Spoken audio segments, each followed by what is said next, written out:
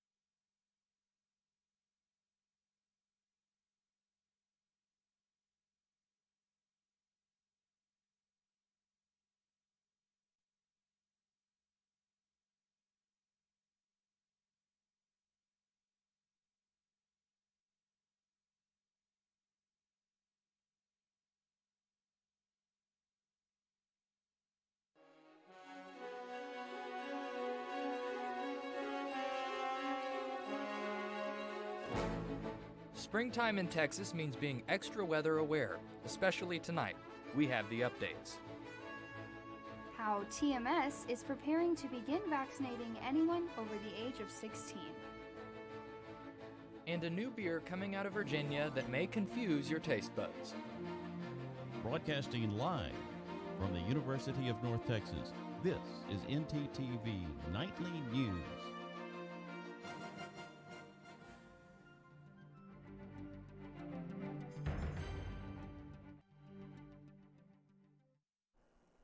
Tonight's developing story is the upcoming severe weather.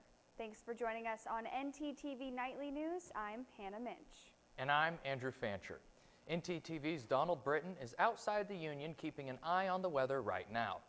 Donald, what are we in for tonight? That's right, guys. We have a severe thunderstorm risk for Denton residents right now as we head into the night for Denton residents. The risk has been increasing throughout the afternoon with several cities in eastern Dallas County in the bull's eye. Now, what we're concerned about is that thunderstorms could be putting out some hail as well as winds at an excessive 60-mile-per-hour speed. Some areas east and south of Dallas have a low-end risk for an isolated tornado. I'll keep you guys posted on that, but for right now, let's take a look at our current conditions. Right now, we're experiencing temperatures in the lower 70s, and we're getting a bit of a breeze out here, so it feels great. Tonight, we're expecting a severe thunderstorms, and temperatures will be in the lower 50s. I suggest staying inside if you can. For that morning commute tomorrow, we're expecting some scattered showers. That's it for the first look. Stay tuned for the full weather later in the show. Back to you guys at the desk. Thanks, Donald. There is good news and bad news when it comes to the fight against COVID-19. The good news is the rapid increase in the number of people getting vaccinated. But the flip side is an increase in the number of cases and in the number of deaths. Mary Malone has the latest. COVID cases across the United States climbing. I continue to be worried about the latest data. The World Health Organization reports COVID deaths in a number of countries also going up. We're not done with this pandemic. But a year fighting the pandemic has left U.S. hospitals in shambles. According to a report from the Department of Health and Human Services Inspector General, medical workers suffer from burnout, trauma, and PTSD.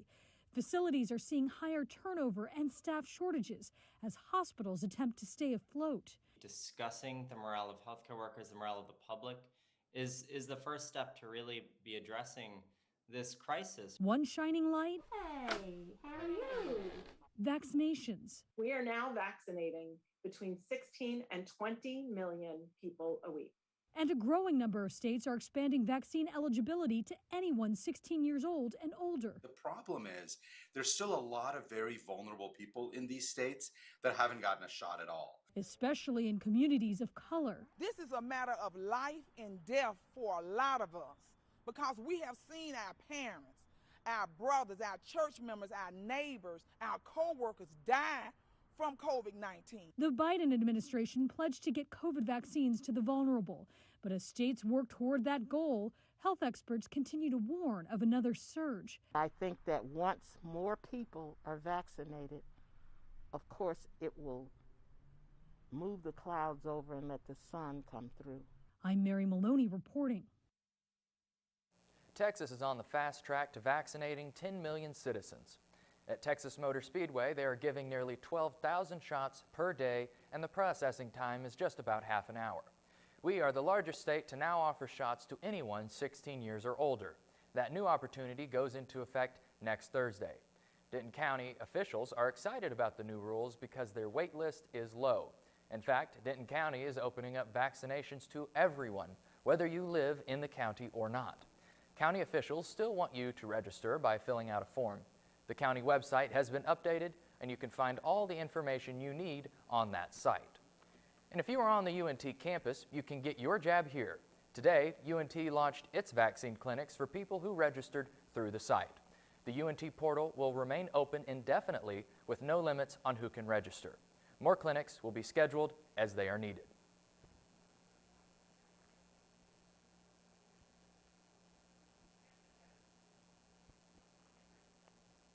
If you decide to travel this summer, there are a couple things you'll need to know. CNN's Mandy Gaither has more. As more vaccines become available, more Americans are expected to travel. People are going to venture out. The CDC still recommends avoiding non-essential travel, but if you do take a trip, AAA's Jeanette McGee says to ask questions before booking. If you're planning vacations at a hotel and are excited to use the pool may or may not be open. Hotel restaurants may or may not be open, as well as health facilities. Hotels may also have new protocols like virtual check-in, and if flying, not all the in-flight amenities are going to be available. So are food and beverages available for you? That's something you need to contact the airlines to understand. AAA says road trips are always popular over the spring and summer. The agency expects this year to be no different. It gives you the convenience of your own car, you decide who you're traveling with, where you're going, and when you're stopping. But beware, AAA says gas prices are climbing and may continue to be through the summer. Today's national average is $2.87. It's the most expensive price we've seen since actually May of 2019. And if you do venture out, AAA says it's a good time to have a travel agent.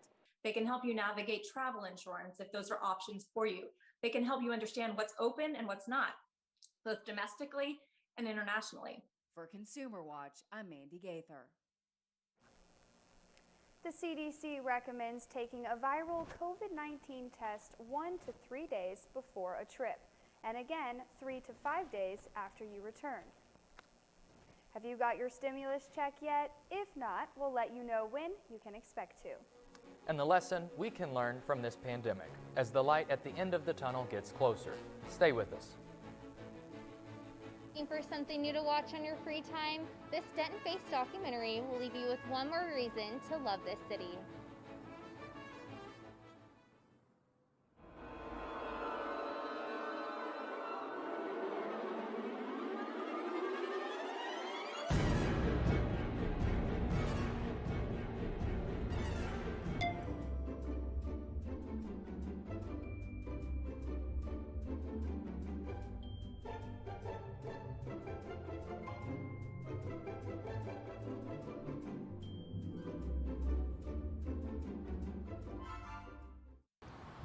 Okay, that's perfect.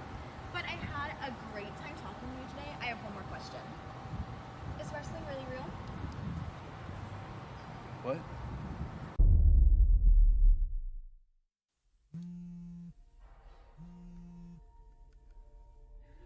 Oh, sorry.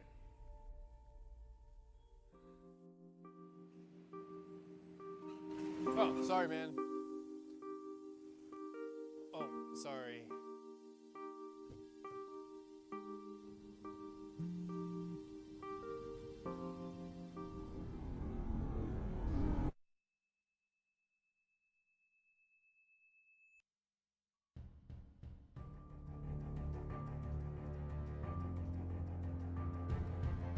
You've made yourself a target, James.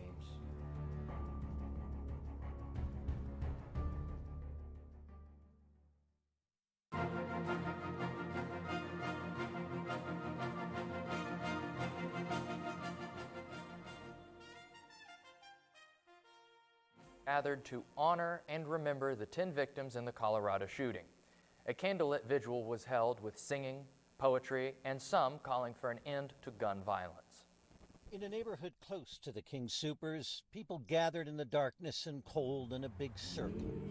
They sang and thought about the victims and their community. It's important to be with your neighbors and show them that you care and not just be in your own home watching everything on TV, which is abstract and unreal. The crowd was somber and reflective and knew what they needed was each other. I have felt so raw inside that I simply don't know what to do with these feelings and emotions. Down the street through the day and into the evening, people brought memories to the King Soopers of those they knew and loved. She's our friend Susie. Those who helped them at the store. Deborah Barros remembered Terry Leiker. You know, you just don't think like something like this is going to happen, and this would be the last time you see their faces and hear their voices. And some who did not know the victims. The Fritchell family came from Westminster to pay tribute to fallen Officer Talley. Pay our respects not only to the family members, but to the fallen officer who paid the ultimate sacrifice. Josh Fritchell wants his children to understand. They need to have respect for other people, for their community. Boulder remembered, and will for a long time to come. Meanwhile, the police are continuing their investigation behind the motive of the shooter. The second round of economic stimulus checks are on their way. Tonight, ntTV's Jocelyn Laster has more on when you can expect to see one. Jocelyn? That's right, Hannah. I know some of you might be thinking, Where's my money? Well, you can relax because it's coming. The second batch of $1,400 stimulus payments are set to show up in your account through direct deposit starting today. For those who don't have a direct deposit set up, the IRS said that a large amount of this batch would be mailed, either as paper check or prepaid debit card. Now, for you college students out there, yes, the No Child Left Behind was definitely not a real thing, apparently, within the first and second rounds of checks, but get excited because you're getting paid. According to the IRS website, quote, eligible families will get a payment based on all of their qualifying dependents claimed on their return, including older relatives like college students. Remember, you can track your stimulus payments at www.irs.gov/coronavirus/getmypayments. If you're having doubts, I can guarantee you it's true because my account got stimulated. That's all I have for you. Back to you at the desk. Thanks, Jocelyn. Well, I don't know about you, Andrew, but this sunny and 75-degree weather is my favorite. Hannah, I couldn't agree more, and I sure hope it's here to stay. Let's see what our weather anchor Donald Britton has to say.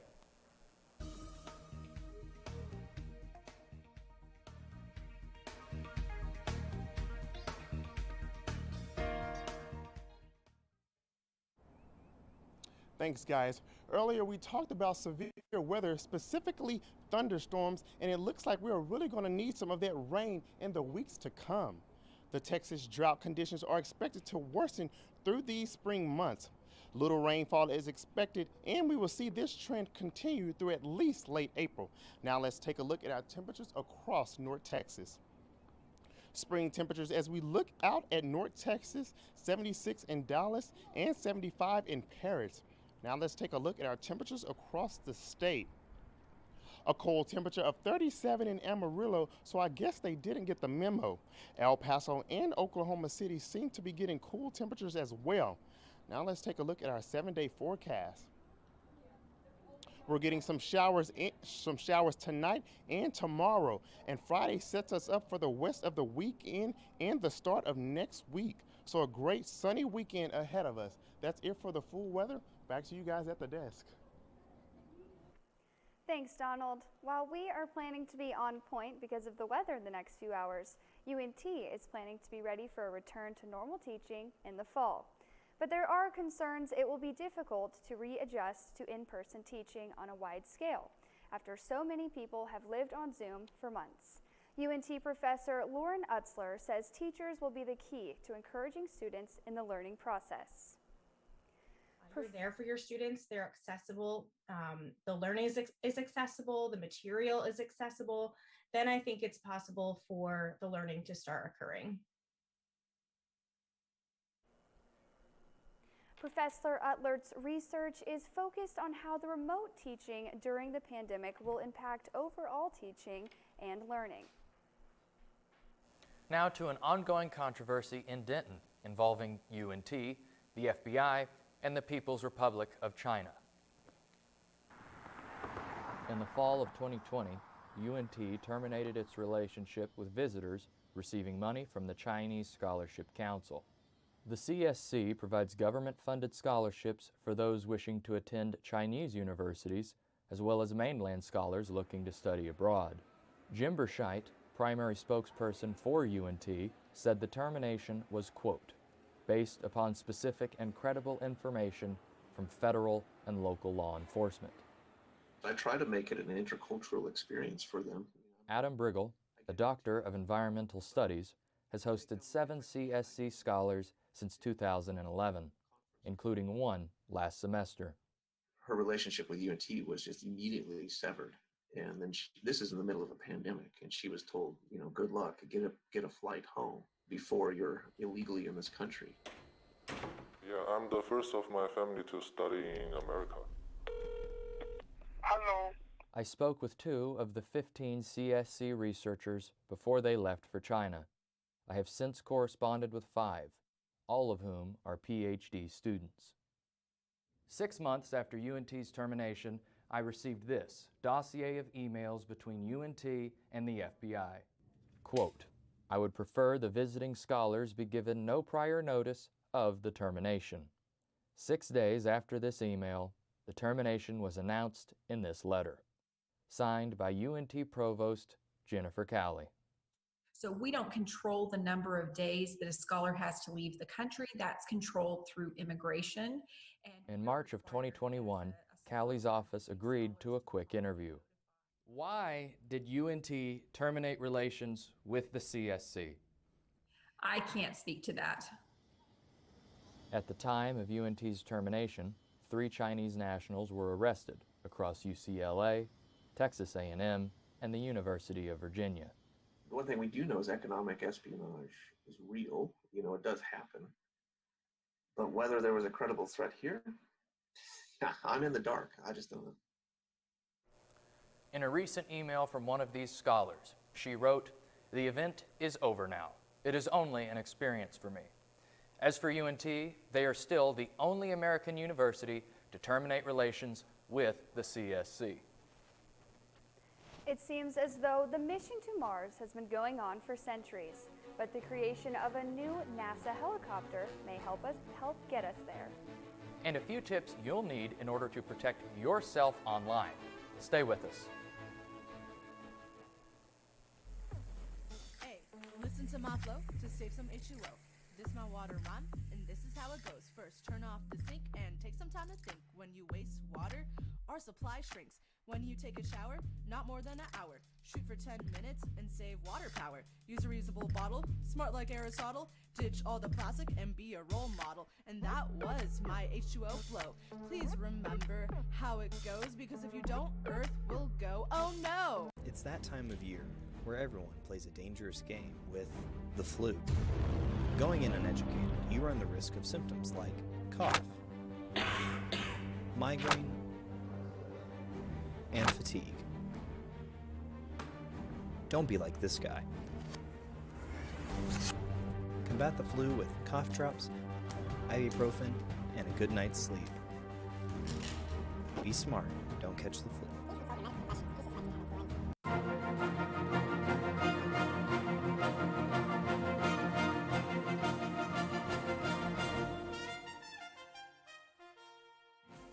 Rose Costumes has been a jewel in Denton for some time now.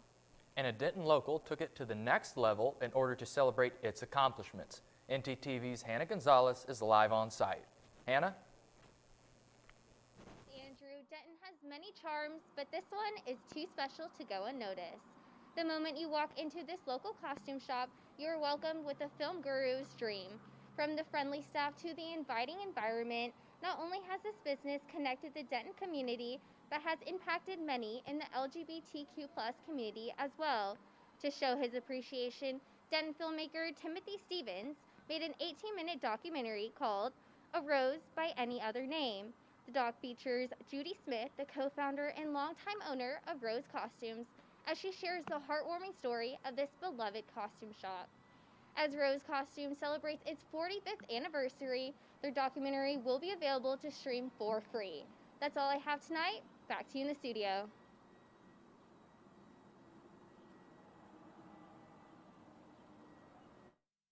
NASA announced that next month they will attempt its first powered flight to Mars. But before that, they have tried to complete a couple of test flights, one of which involves the helicopter flying about 10 feet off of the ground for at least 30 seconds. However, flying to Mars can be very difficult because of the thin atmosphere. It's also known that Mars receives half of the solar energy Earth does during the day. NASA estimates that the flight will take 31 sols, or 31 Earth days. Now a technology with a real-life application here on Earth. Have you ever wondered if you've recently been in a COVID hotspot? Well, researchers at UNT have been in the works of tracking down the virus. ntTV's Jose Alonso has the story in this week's Eagle Tech segment.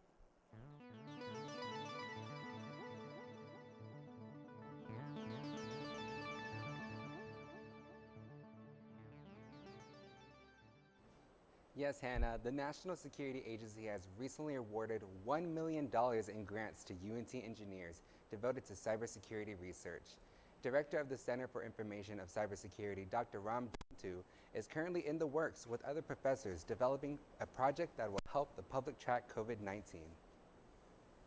COVID tracing technology will be using methods of computer security and cryptography to strike a balance on user privacy and functionality of computer systems. When questioning a user's privacy concerns, it's important to know that policymakers are still creating the rules and regulations. One of the things is the moment you say you're going to track your movement, people don't like that you don't want to track anybody's movement, right? So we want to provide a guarantee that if you're giving us the data, this is how it is being used. And this is how we cannot use it. So hopefully at some point, people can opt on the amount of privacy they need. When it comes to the medical side of this technology, professionals like the CDC will provide that information. Meanwhile, engineers at the university can provide methods for user privacy and functionality for privacy settings to be enforced. Encryption will utilize public data to identify users who have tested positive and even those who are vaccinated, and display that information anonymously without giving away anything important. So they will need to selectively access information about the parties, and if there are persons who are, for example, at the highest risks, they may be able to identify people who must be, for example, vaccinated first.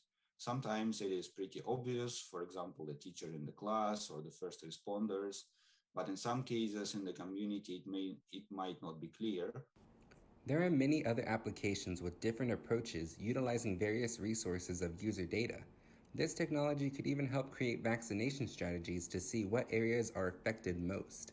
This project is still in the early stages, and these engineers are still working on algorithms to trace superspreader events on encrypted graphs.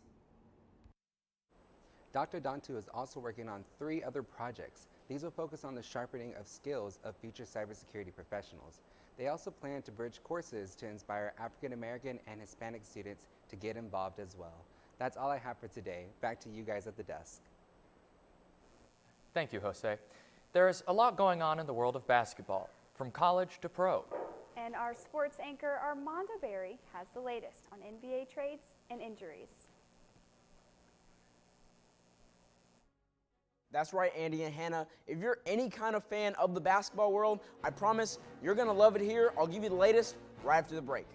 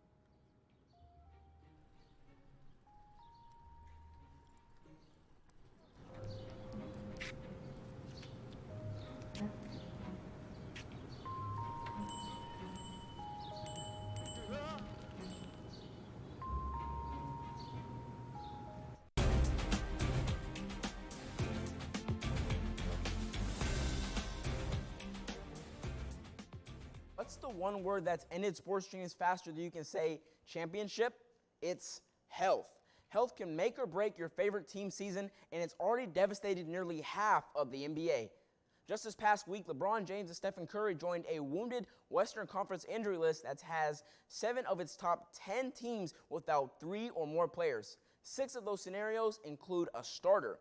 With less than 24 hours until tomorrow's NBA trade deadline, this level of uncertainty has left the league's front offices scrambling, trying to decide, do we have enough? If not, should we be buyers or sellers? If COVID-19 wasn't enough of a surprise, the quantity of injuries since the All-Star break can only make more questions as opportunities to get answers get fewer and fewer. Here's a good question, though. What are the Mavs doing? Well, the Mavs hotline has been ringing. Star forward Kristaps Porzingis along with Dorian Finney-Smith have lured some interest from around the league, according to Dallas basketball's Mike Fisher. However, it seems discussions haven't gone too far as Dallas looks to key in on the opportunity to climb up the standings as the West top teams struggle to fight the injury bug. The big push to avoid the league's postseason play-in tournament could start tonight when they head up to north to face the Minnesota Timberwolves at 7 p.m. While the Mean Green's NCAA tourney hopes ended last weekend, the Lone Star State will be well represented in the men's Sweet 16. Number 1 Baylor and number 2 Houston are still dancing after pulling off big wins in the first 2 rounds. It only gets tougher as the show goes on, and the 2 Texas teams will have their handful when they resume play on Saturday night. You can watch Baylor take on number 5 Villanova at 4:15 p.m. and Houston battle with number 11 Syracuse at 9:55 p.m. all on CBS. From Lone Star State to Indy, good luck. That's all I have for sports tonight. Andy and Hannah, back to you guys at the desk. Thanks, Armando. Now, Hannah, a wise man once said, "It's 5 o'clock somewhere." Well, if you're ever in Virginia and want to try a cold one with a twist, I know the place. CNN's Kelly Lynn has the story. An experiment inside a lab at the University of Mary Washington.